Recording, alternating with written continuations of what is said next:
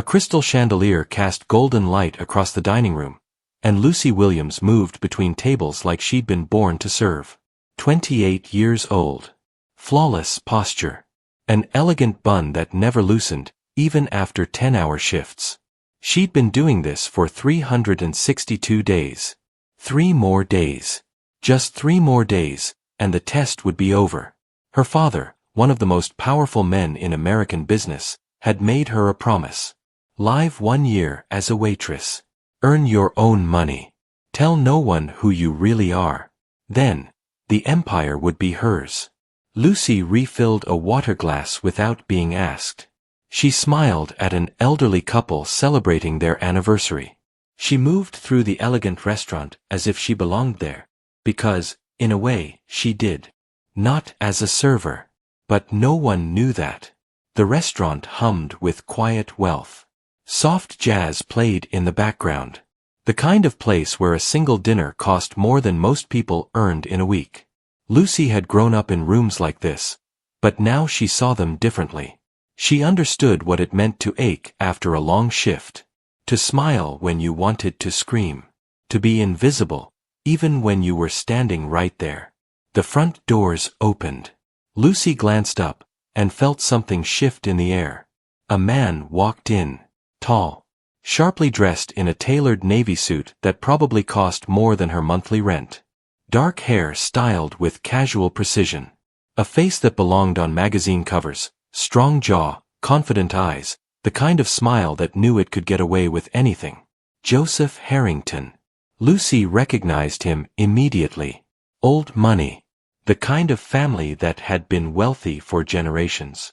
She'd seen his name in business journals, usually attached to scandals, lavish parties, and a stubborn refusal to take over his family's investment firm. He wasn't alone. A woman clung to his arm. Blonde. Stunning.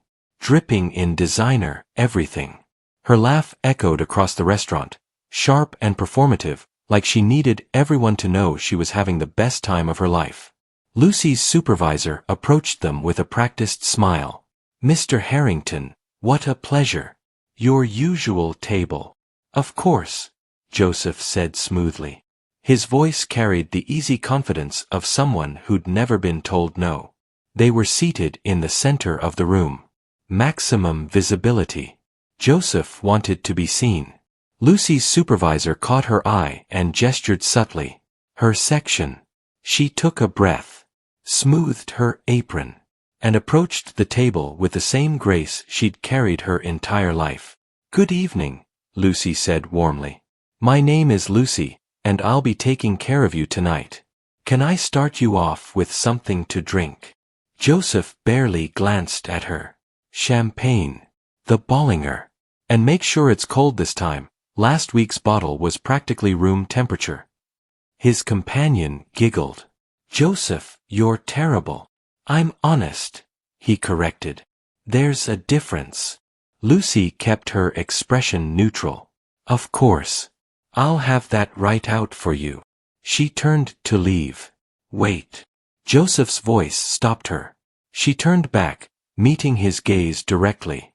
He leaned back in his chair, studying her with a kind of casual arrogance that made her jaw tighten. You're new here, aren't you? I've been here almost a year, actually. Really? He exchanged a look with his companion. Funny. I come here all the time, and I've never noticed you. The implication hung in the air. You're forgettable. Lucy smiled politely. Perhaps you weren't paying attention. His companion's eyes widened. Joseph's smile sharpened, like a predator catching an interesting scent. Paying attention, he repeated slowly. That's bold. It's accurate, Lucy said calmly. Will there be anything else? Actually, yes. Joseph leaned forward, resting his elbows on the table.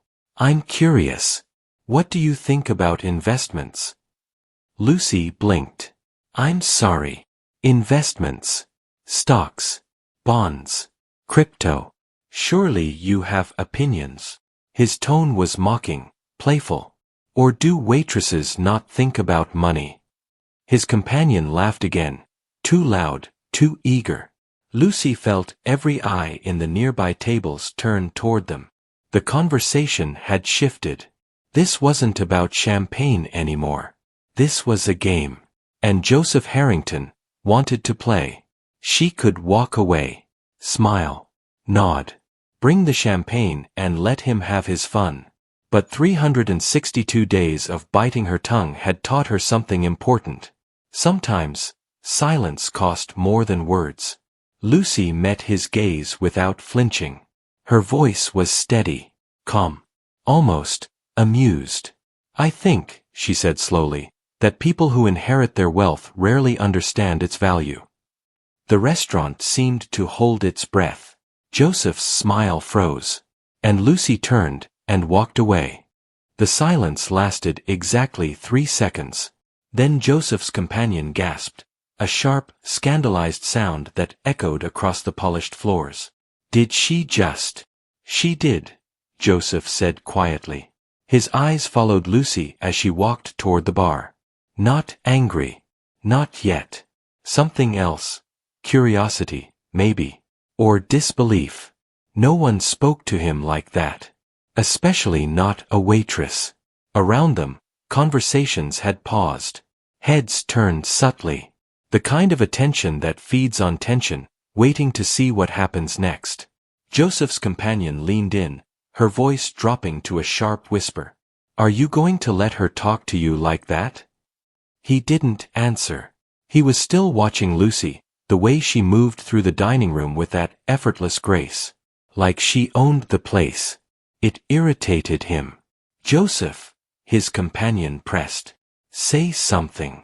He smiled slowly. Oh, I will. Lucy returned moments later with the champagne. She poured with practiced precision, the bottle tilted just right, the bubbles rising without overflowing. Professional. Perfect. She set the bottle in the ice bucket and stepped back. Is there anything else I can get for you? Joseph picked up his glass, swirled it once, took a slow sip, and set it down with deliberate care. Actually, he said, his tone light and dangerous, I'd like to continue our conversation.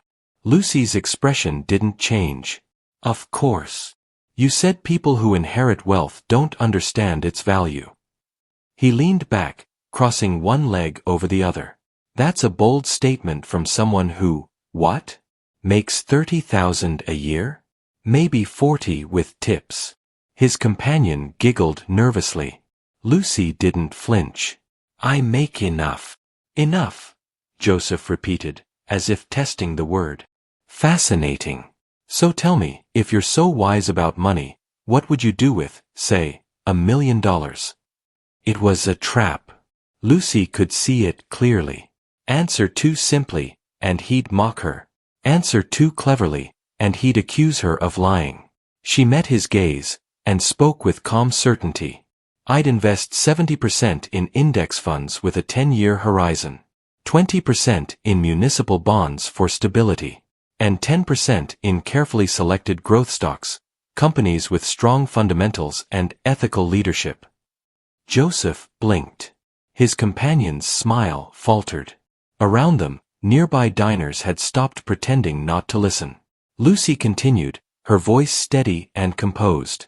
Then I'd live off the interest, and let the principal compound. That's how you build generational wealth. Not by flashing it. By protecting it. The air in the restaurant shifted. Joseph stared at her, really looked at her, for the first time since she'd approached the table. The mocking smile was gone, replaced by something sharper. Confusion, irritation, and intrigue. Where did a waitress learn to talk like that? He asked slowly. Books, Lucy said simply. They're free at the library. His companion scoffed. Oh, please. You probably Googled that 5 minutes ago. Lucy turned to her, her expression still perfectly polite. Actually, I was reading Benjamin Graham's The Intelligent Investor when I was 16. Would you like me to summarize the chapter on margin of safety? Or perhaps we could discuss Warren Buffett's investment philosophy. The woman's mouth opened, then closed. Joseph laughed, a short, surprised sound. "You're serious." "Always," Lucy said. He shook his head slowly, like he was trying to solve a puzzle. "You know, most people in your position would have walked away. Smiled. Stayed quiet. But you." He gestured vaguely. "You're not afraid of me." "Should I be?" Lucy asked calmly. "Most people are." "Then most people," Lucy said, her voice softening just slightly, "are paying attention to the wrong things." Joseph's eyes narrowed. "Meaning. Meaning fear is expensive. It costs you truth, respect, self-worth." She paused, letting the words settle. "I'd rather be honest than afraid." For a moment, just a moment, something flickered across Joseph's face. Not anger. Not mockery. Understanding. Then his companion broke the silence with a sharp, brittle laugh. "Oh my God, Joseph, she's actually lecturing you. This is priceless." The moment shattered. Joseph's expression hardened. He picked up his menu, flipping through it with exaggerated disinterest. "We'll have the filet mignon. Both of us. Rare. And tell the chef not to overcook it this time." Lucy nodded once. "Of course." She turned to leave. "Lucy." She stopped. Looked back. Joseph's smile returned, sharp and cold. "One more thing. When you bring our food, try not to share any more financial wisdom. It's exhausting." His companion burst into laughter. Lucy didn't react. She simply nodded and walked away. But inside, something burned. Not anger. Determination. 3 more days, she reminded herself. Just 3 more days. And then, he'd see exactly who he'd been talking to. The kitchen was a controlled storm of heat and noise. Lucy placed the order and stepped back, letting the chaos wash over her. Chefs shouted. Pans sizzled. The air smelled like garlic and butter and ambition. She closed her eyes for just a second. 3 more days. "You okay?" Lucy opened her eyes. Her coworker, a kind woman named Sarah who'd been working here for 5 years, was watching her with concern. "I'm fine," Lucy said softly. "That guy at table 7. Sarah shook her head. "He's always like that. Thinks the world revolves around him." Lucy smiled faintly. "Some people need to believe that. It's easier than facing the truth." Sarah blinked. "Which is? That money doesn't make you important. It just makes you loud." Sarah laughed, a genuine, surprised sound. "Girl, you're something else." Lucy didn't respond. She just picked up the water pitcher and returned to the dining room. The dinner rush was in full swing now. The restaurant hummed with conversation, laughter, the soft clink of silverware against porcelain. Lucy moved through it all like a dancer, refilling glasses, clearing plates, checking on tables with quiet efficiency. She could feel Joseph watching her. Every time she passed table 7, his eyes followed. Not mocking anymore. Not laughing. Studying. 30 minutes later, the filet mignon was ready.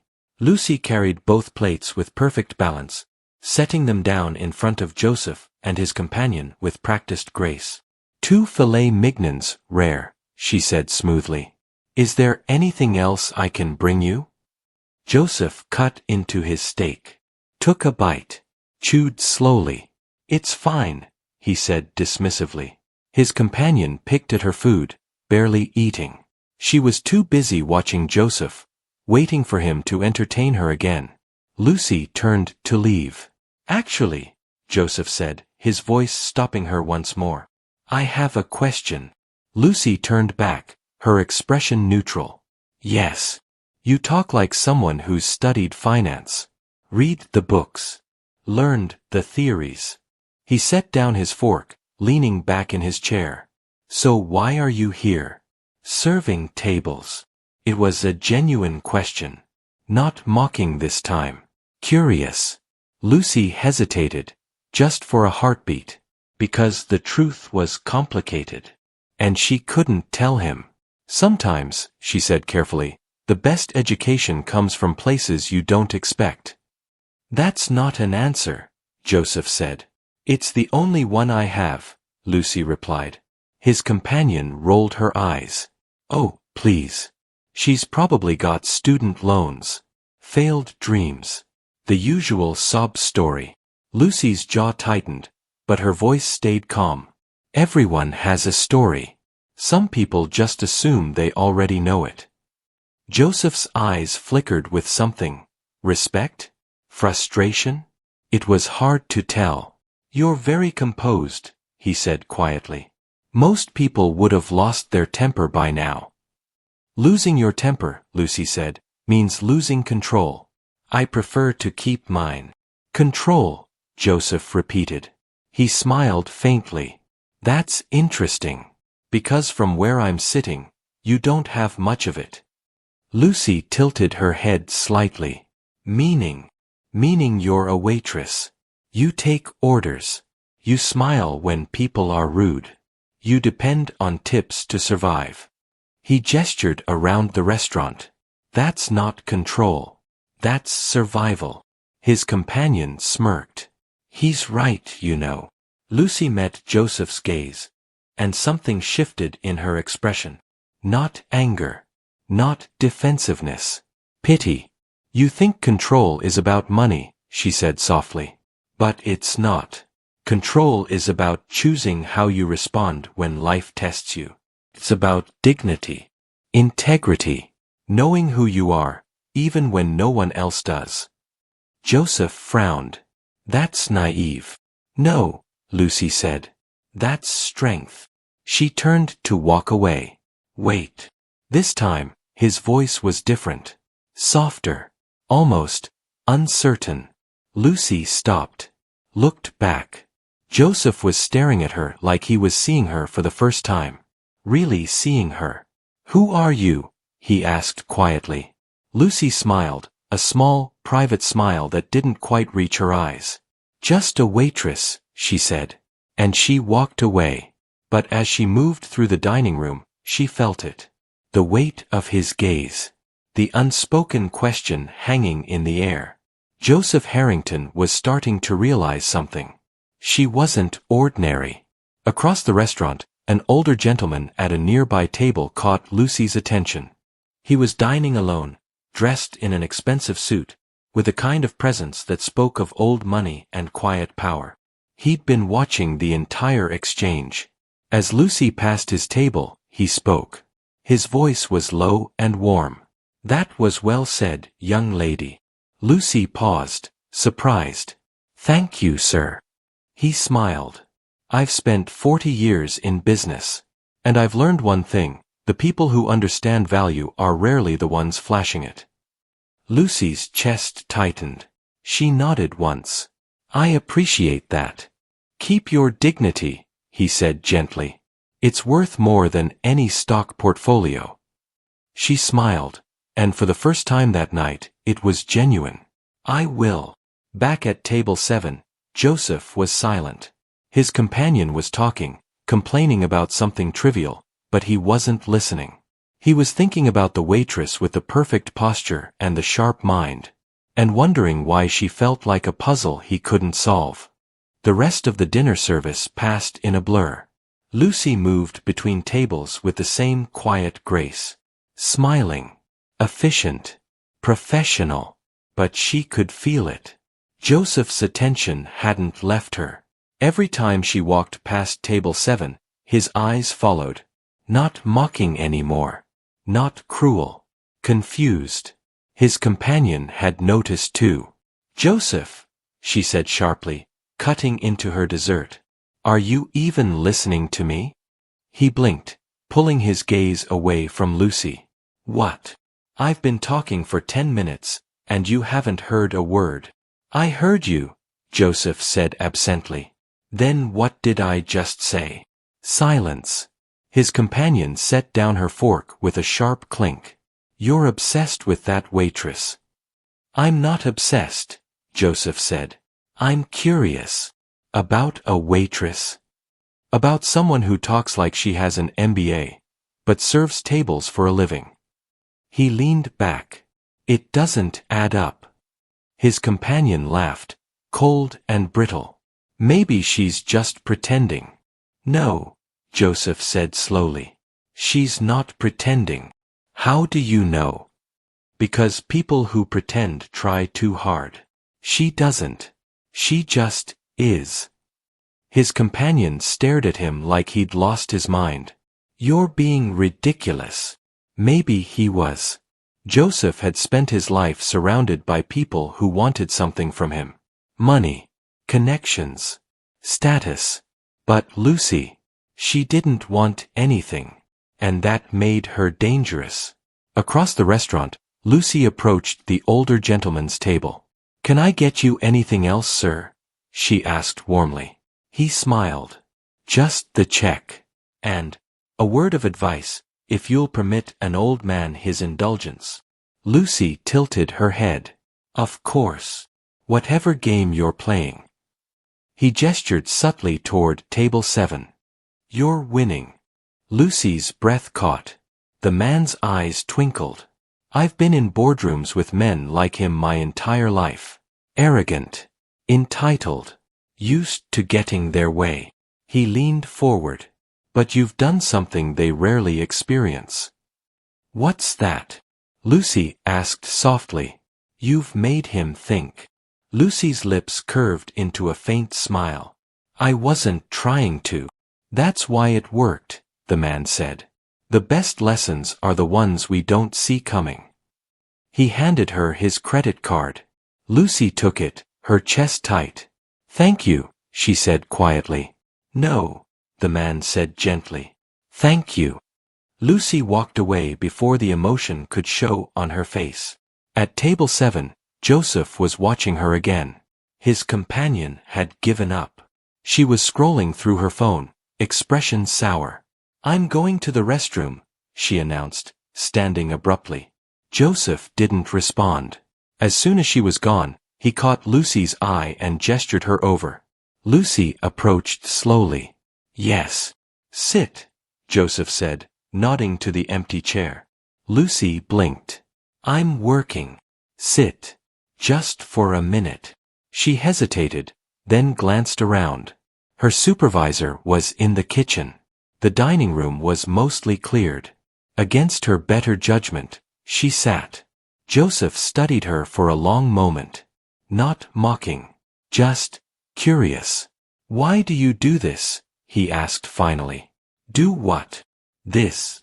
He gestured around. You're clearly intelligent. Educated. You could be doing anything. So why serve tables? Lucy met his gaze steadily. Because I choose to. That's not an answer. It's the only one I'm giving. Joseph leaned forward. You know what I think. I'm sure you'll tell me. I think you're hiding something, he said quietly. I think there's more to you than you're letting on. Lucy's heart skipped, but her expression didn't change. Everyone has secrets, Mr. Harrington. Joseph, he corrected. And you're right. Everyone does. But most people's secrets are boring. Yours. He paused. Yours feels important. Lucy stood slowly. Your companion will be back soon. I don't care about her, Joseph said, surprising them both. Lucy looked at him, really looked at him, and saw something unexpected. Vulnerability. You should, she said softly. People aren't disposable. Is that what you think I believe? It's what you show, Lucy said. The way you talk to people. The way you treat them. Like they're beneath you. Joseph's jaw tightened. You don't know me. No, Lucy agreed. But I know your type. My type, he repeated flatly. Men who've never had to fight for anything, Lucy said. Who were born on third base and think they hit a triple. The words landed like a slap. Joseph stared at her, and for the first time all night, he had no response. Lucy turned and walked away. And Joseph Harrington sat alone at table 7, staring at the empty chair. wondering why a waitress had just made him feel smaller than any boardroom rival ever had. His companion returned 5 minutes later, her heels clicking sharply against the floor. She slid back into her seat, reapplying lipstick without looking at him. Ready to go. Joseph didn't answer. He was still staring at the spot where Lucy had been standing. Joseph. He blinked. What? I said, are you ready to go? Her tone was sharp now. Irritated. Yeah, he said quietly. Yeah. Let's go. She stood, grabbing her purse. Joseph pulled out his wallet and left cash on the table, far more than the bill required. As they walked toward the exit, his companion looped her arm through his. That was exhausting. Let's go somewhere fun. There's a new club downtown. I'm tired, Joseph said. She stopped. You're tired. Yeah. Since when do you get tired at 10 o'clock? Joseph pulled his arm free gently. Since tonight. Her eyes narrowed. This is about her, isn't it? That waitress. It's not about anyone, Joseph said. I just need to think. Think, she repeated, her voice dripping with disbelief. About what? He didn't answer. Because he didn't know how to explain it. How do you tell someone that a stranger just dismantled everything you thought you knew about yourself? His companion stared at him for a long moment, then laughed bitterly. You know what? Fine. Go home. Think. Whatever. She turned on her heel. I'll find my own ride. Joseph watched her leave. He should have felt something. Guilt, maybe. Regret. But all he felt was relief. He glanced back toward the dining room. Lucy was clearing a table near the window. The soft light caught her profile, elegant, composed, untouchable. She looked up, and their eyes met. For 3 seconds, neither of them moved. Then Lucy looked away, back to her work. Like he didn't matter. And somehow, that stung more than anything she'd said all night. Joseph walked out into the cool evening air. The city hummed around him. Cars passed. People laughed. Life continued. But something inside him had shifted. He'd spent his entire life being told he was special, important, destined for greatness.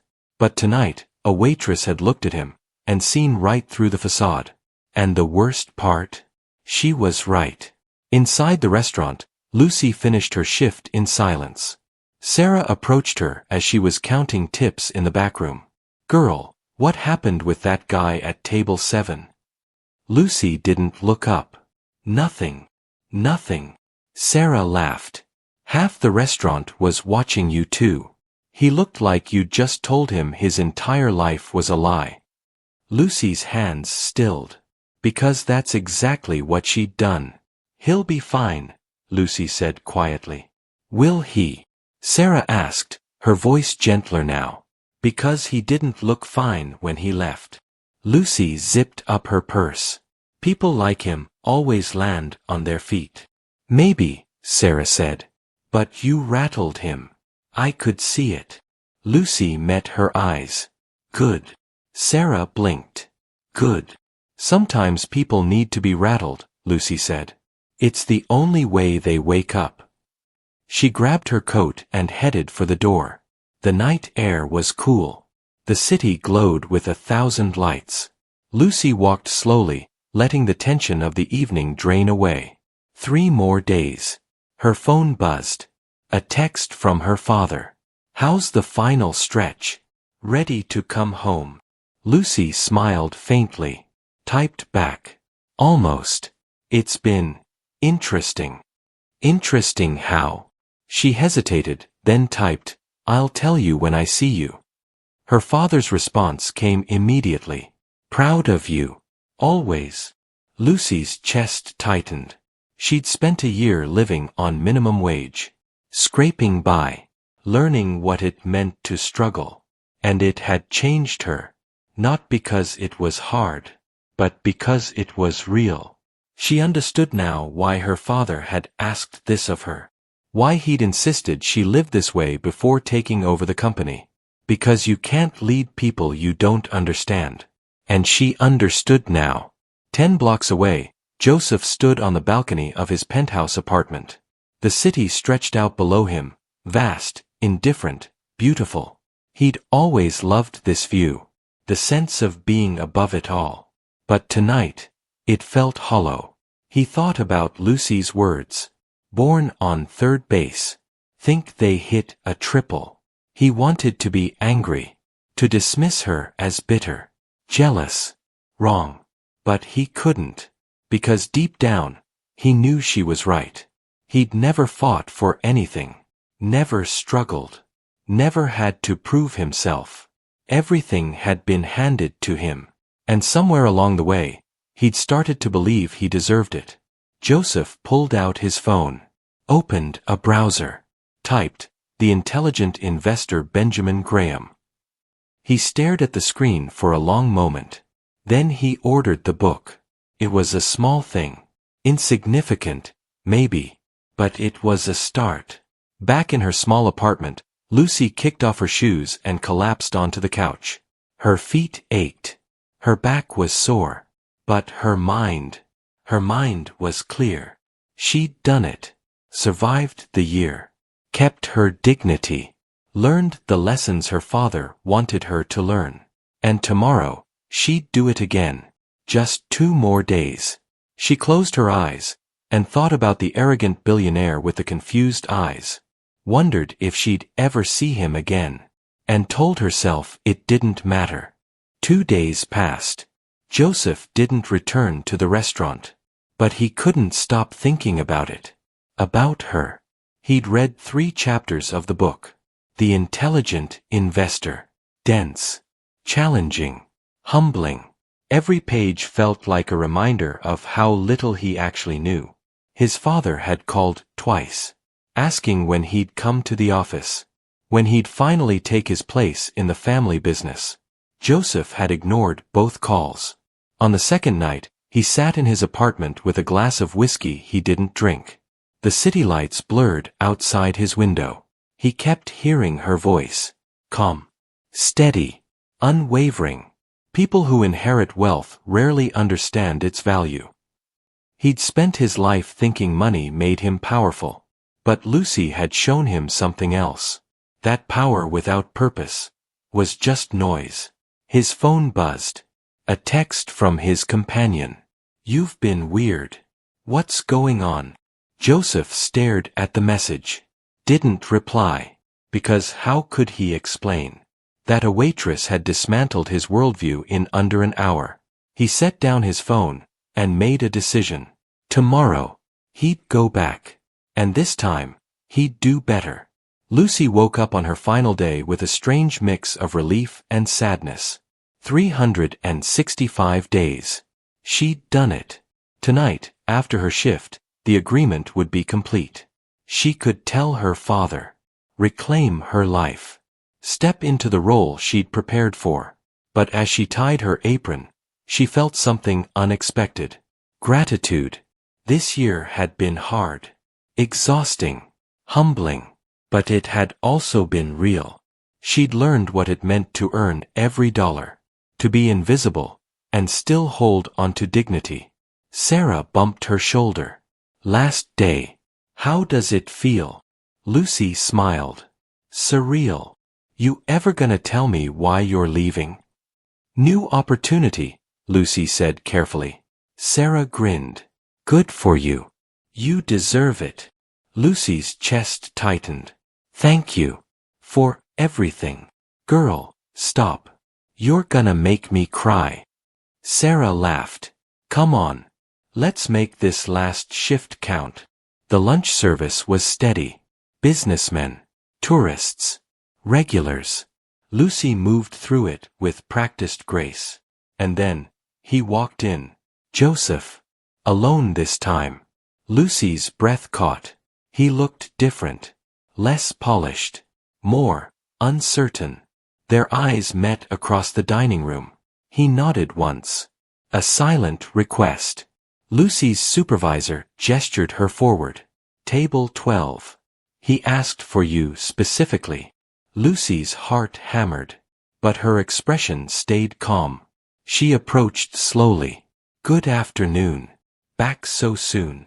Joseph stood as she arrived. A gesture of respect she hadn't expected. I wanted to apologize, he said quietly. Lucy blinked. For what? For the other night. The way I spoke to you. He paused. It was wrong. Silence. Lucy had prepared for a lot of things. Mockery. Arrogance. Games. But not this. Why? She asked softly. Because you were right, Joseph said. About everything. He gestured to the chair. Will you sit? Just for a minute. Lucy glanced around. The restaurant was quiet. Her supervisor nodded. She sat. Joseph looked at her, really looked at her, and she saw something different. Humility. I've been thinking about what you said, he began. About people who inherit wealth. About being born on third base. He smiled faintly. It's been keeping me up at night. I didn't mean to. Yes, you did.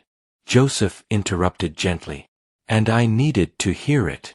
Lucy stayed silent. I bought the book, he continued. The one you mentioned. Benjamin Graham. I've been reading it. And I realize how much I don't know. He leaned forward. I've spent my whole life thinking I was smart. Important. But the truth is, I've never actually built anything. I've just existed. Lucy's expression softened. Self-awareness is a start. Is it enough? Joseph asked. That depends, Lucy said. What are you going to do with it? Joseph opened his mouth, then closed it. Because he didn't have an answer. Lucy stood slowly. Your father wants you in the business, doesn't he? Joseph's eyes widened. How did you? Lucky guess, Lucy said. So why aren't you there? Because I don't want to be another rich kid playing CEO, Joseph said. I want to actually matter.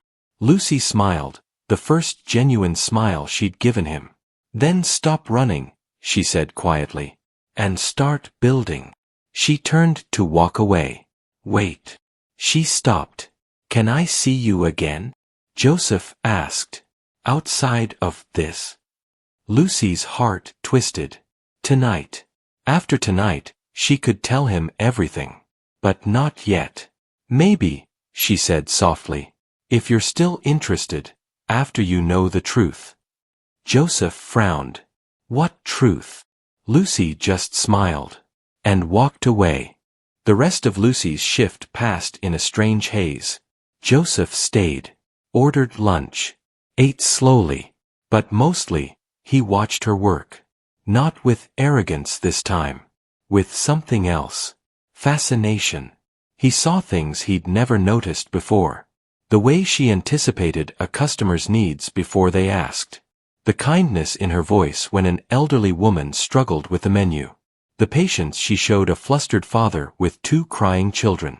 She moved through chaos with grace. And Joseph realized something that made his chest tighten. She wasn't just beautiful. She was exceptional. How had he missed it? When Lucy brought his check, he looked up at her. Can I ask you something? Lucy hesitated. Of course. Why do you care so much?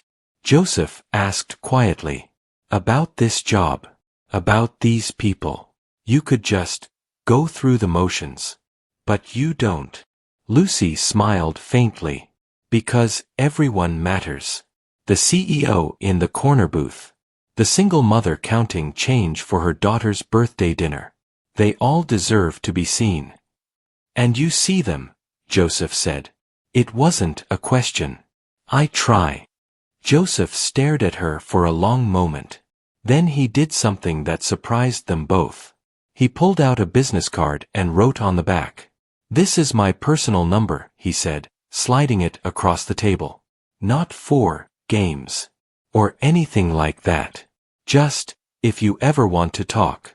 About investments, books, life, whatever. Lucy looked at the card. Didn't pick it up. I'm not looking for charity, Mr. Harrington. Joseph, he corrected. And it's not charity. It's hope. Hope for what? That maybe I can learn from you, Joseph said simply. The way you've already taught me more in 2 conversations than 4 years at Harvard. Lucy's breath caught. She picked up the card, slipped it into her apron pocket. Maybe, she said softly. Joseph smiled, genuine and warm. I'll take maybe.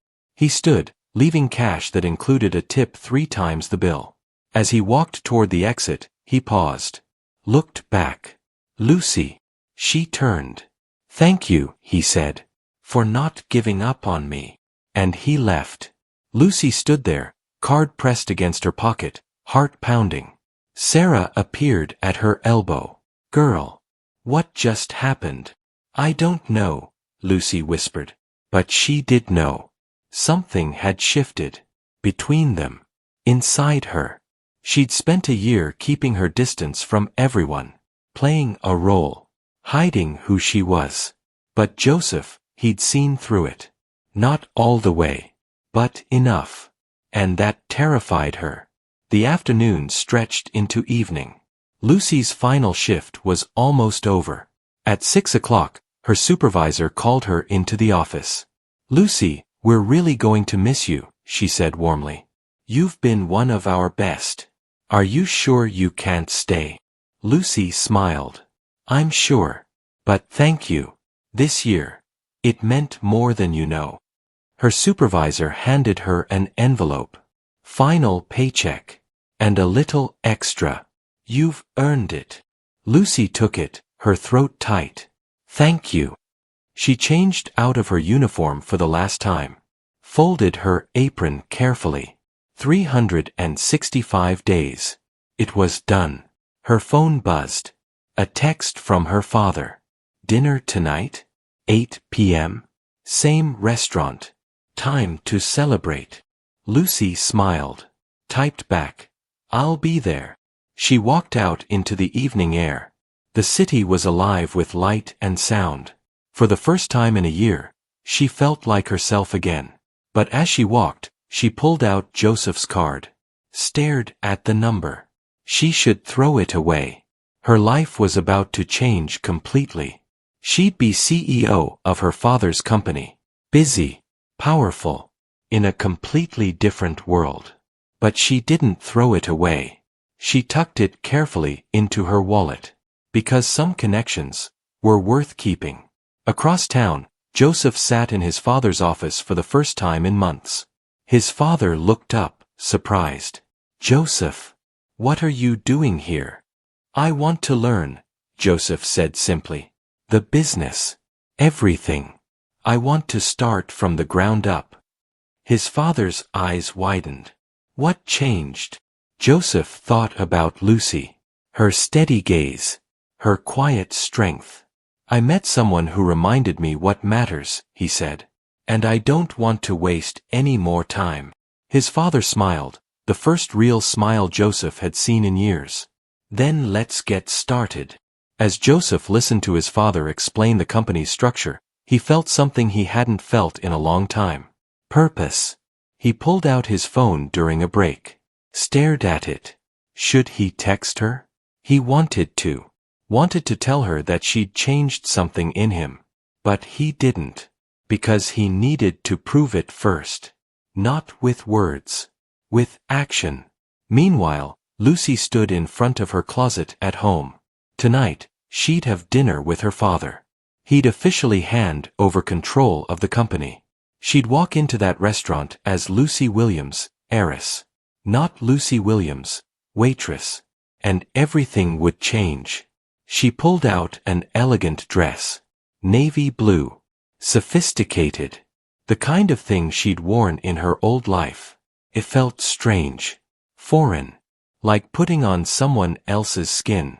But as she looked at herself in the mirror, she realized something. The woman staring back wasn't the same person who'd started this journey a year ago. She was stronger, wiser, more grounded, and she had a waitress to thank for that. Lucy arrived at the restaurant at 7:45. Not the one where she'd worked. A different one. More exclusive. Reserved. The kind of place where she belonged. She walked through the entrance in her navy dress, heels clicking softly against marble. The hostess recognized her immediately. Miss Williams. Your father is waiting. Lucy followed her through the dining room. And there he was. Thomas Williams. 62 years old. Silver hair. Kind eyes. A self-made billionaire who'd built everything from nothing. He stood when he saw her.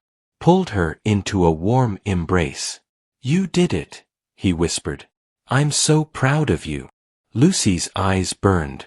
Thank you for making me do this. They sat. Champagne was already waiting. Thomas poured 2 glasses. Raised his. To my daughter, who proved she has what it takes to lead. Lucy clinked her glass against his. To the best teacher I've ever had. They drank. For a moment, neither spoke. Tell me, Thomas said finally. What did you learn? Lucy set down her glass. Thought carefully. I learned that dignity isn't about money, she said. It's about how you treat people when you don't have to. Thomas smiled. What else? I learned that being invisible teaches you to see. She paused. Most people look right through servers, delivery drivers, cleaners. But those people, they're the foundation everything else is built on. And, Thomas prompted gently. And I'll never forget that, Lucy said firmly. Every decision I make will honor them. Thomas's eyes glistened. That's why I knew you were ready. He reached into his jacket. Pulled out an envelope. The board meets Monday, he said. This is official. You're the new CEO. Lucy took it with trembling hands. A year ago, she would have been thrilled. Eager. But now, she just felt grateful. I won't let you down, she whispered. You never could, Thomas said warmly. They ordered dinner. Talked about the company, the future, plans and strategies. But Lucy's mind kept drifting. To a card in her wallet. A number she hadn't called. Thomas noticed. Something on your mind? Lucy hesitated. I met someone.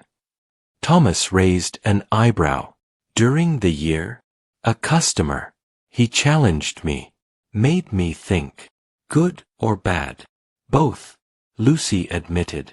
He was arrogant at first. Cruel, even.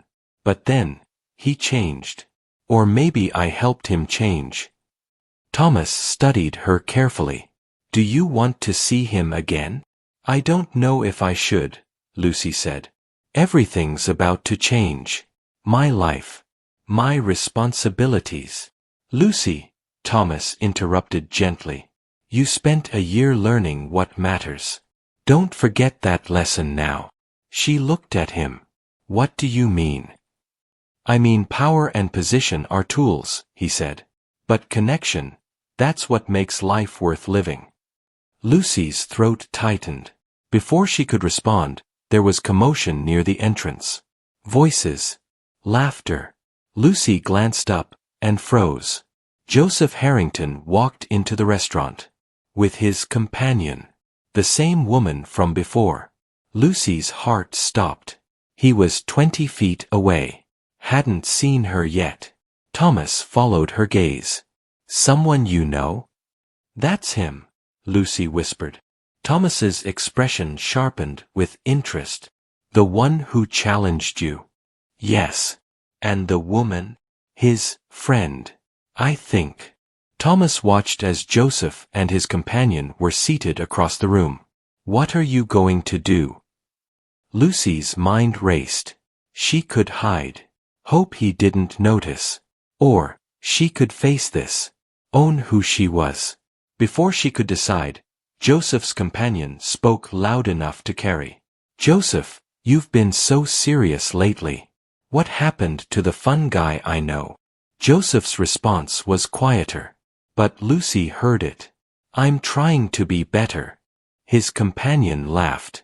Better? You're already perfect. No, Joseph said quietly. I'm really not. Lucy's chest tightened. Thomas leaned forward. He doesn't know who you are, does he? Lucy shook her head. Are you going to tell him? Not tonight, she said quietly. But soon. Thomas nodded. When you're ready. But fate had other plans. Someone entered the restaurant. A business associate of Thomas's. A man who knew Lucy well. He spotted them immediately. Walked over with a broad smile. Thomas.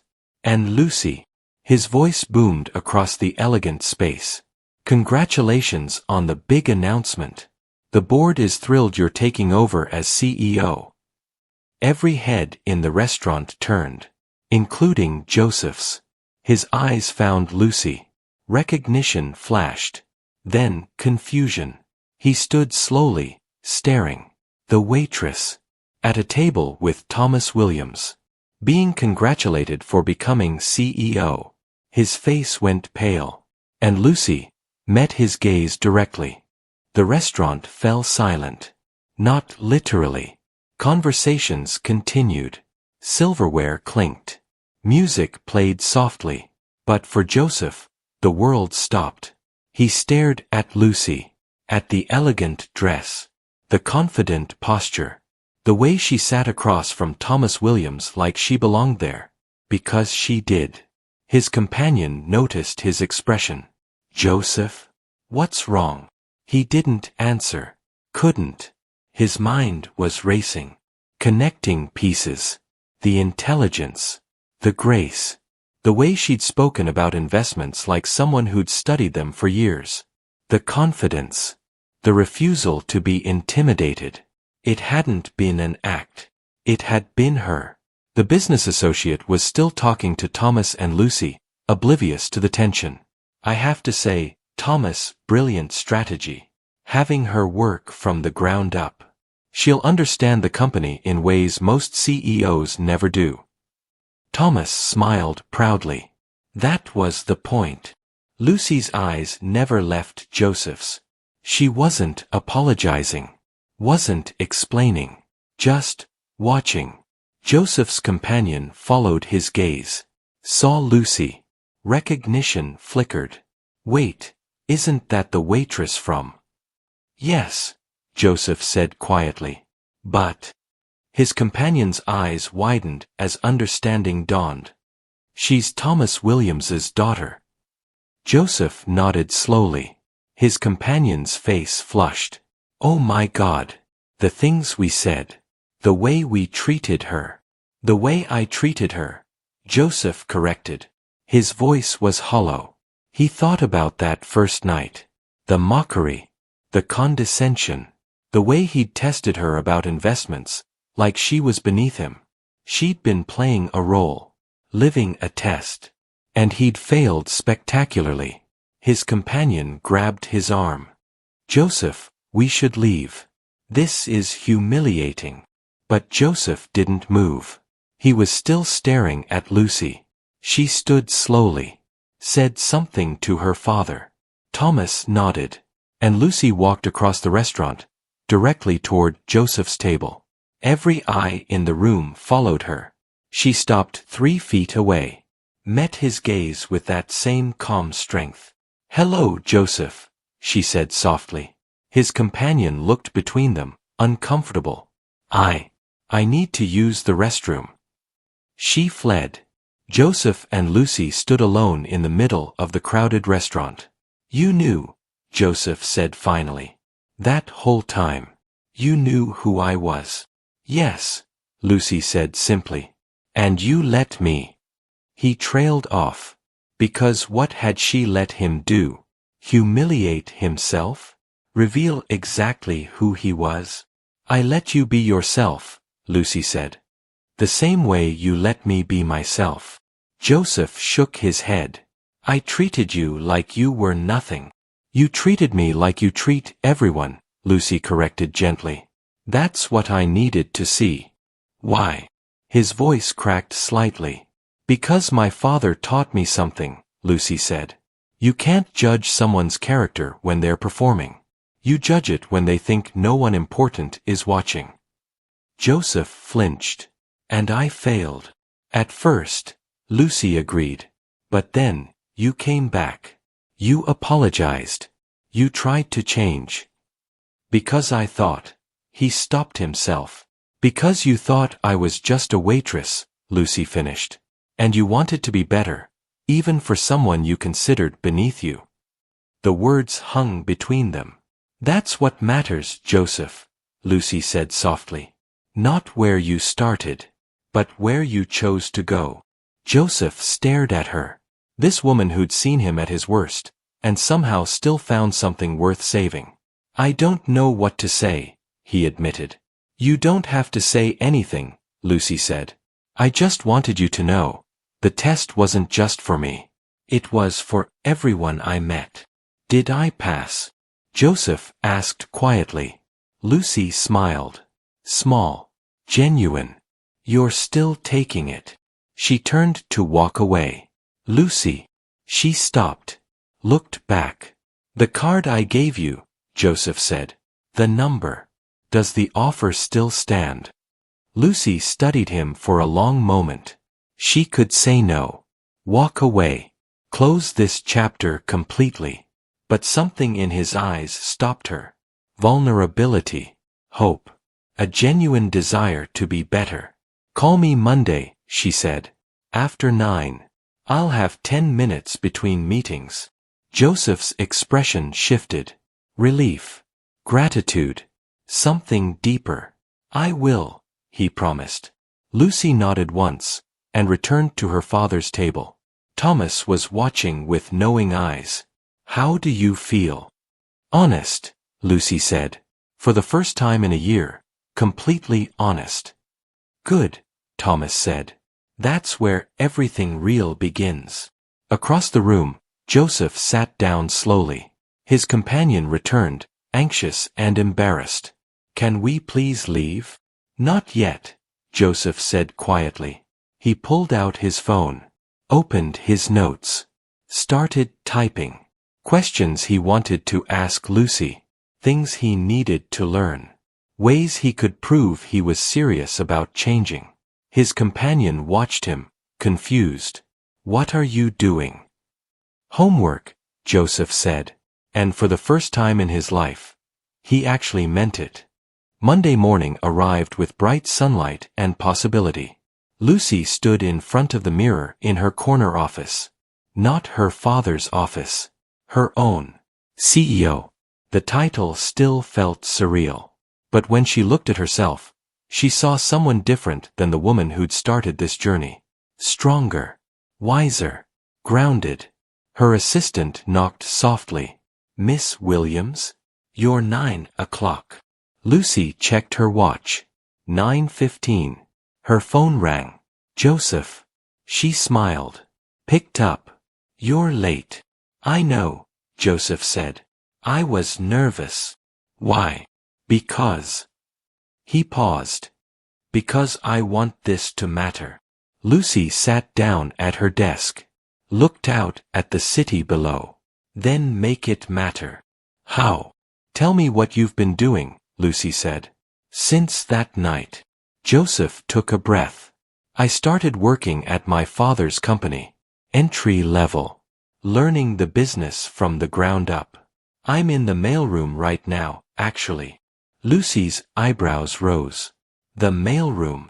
I figured if you could spend a year as a waitress, I could start at the bottom too. Something warm spread through Lucy's chest. What else? She asked. I finished the book. Started another one. I've been reading about leadership, ethics, what it means to build something that lasts. And I realize I've wasted a lot of time, Joseph said quietly. But I don't want to waste any more. Lucy was silent for a moment. Joseph, she said finally, why did you really call? He hesitated, then spoke with complete honesty. Because I can't stop thinking about you. Lucy's heart skipped. Not because you're Thomas Williams's daughter, Joseph continued, but because you're the person who saw through me, and still believed I could be better. I still do, Lucy said softly. Then let me prove it, Joseph said. Have dinner with me. Not in some fancy restaurant. Somewhere normal. Where we can just talk. Lucy smiled. When? Tonight? Tomorrow? Whenever you have time between changing the world. Lucy laughed. A real, genuine laugh. Tonight. 7 o'clock. But I'm choosing the place. Deal, Joseph said. She could hear the smile in his voice. And Joseph. Yeah. Don't be late. She hung up. Her assistant appeared in the doorway again. The board is ready for you, Miss Williams.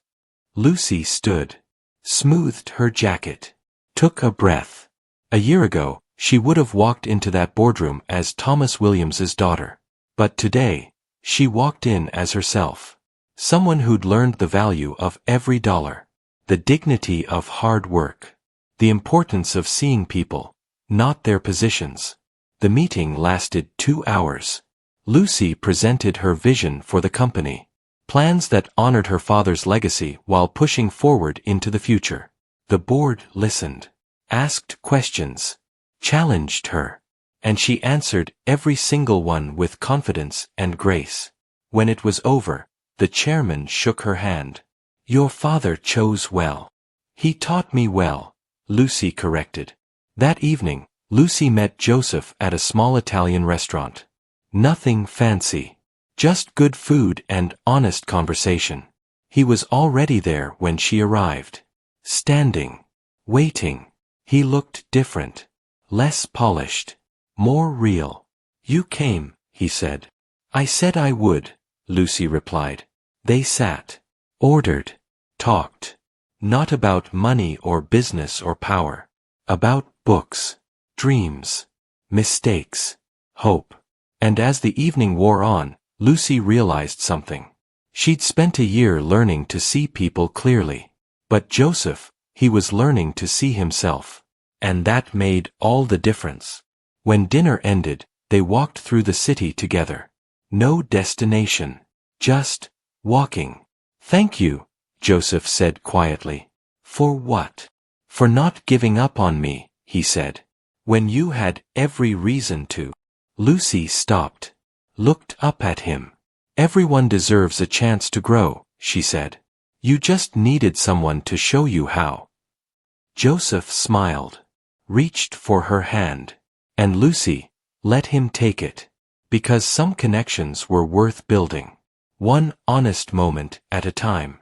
If this story touched you, if you believe in second chances and transformation, then this channel is for you. We create stories about growth, redemption, and the strength it takes to change. Subscribe and hit the bell so you never miss a story that could inspire you. Leave a like if Lucy and Joseph's journey moved you. And in the comments, tell us, what did you think? Did Lucy do the right thing? Would you have given him a second chance? We read every comment, and your voice matters. Thank you for being part of this community. We'll see you in the next story.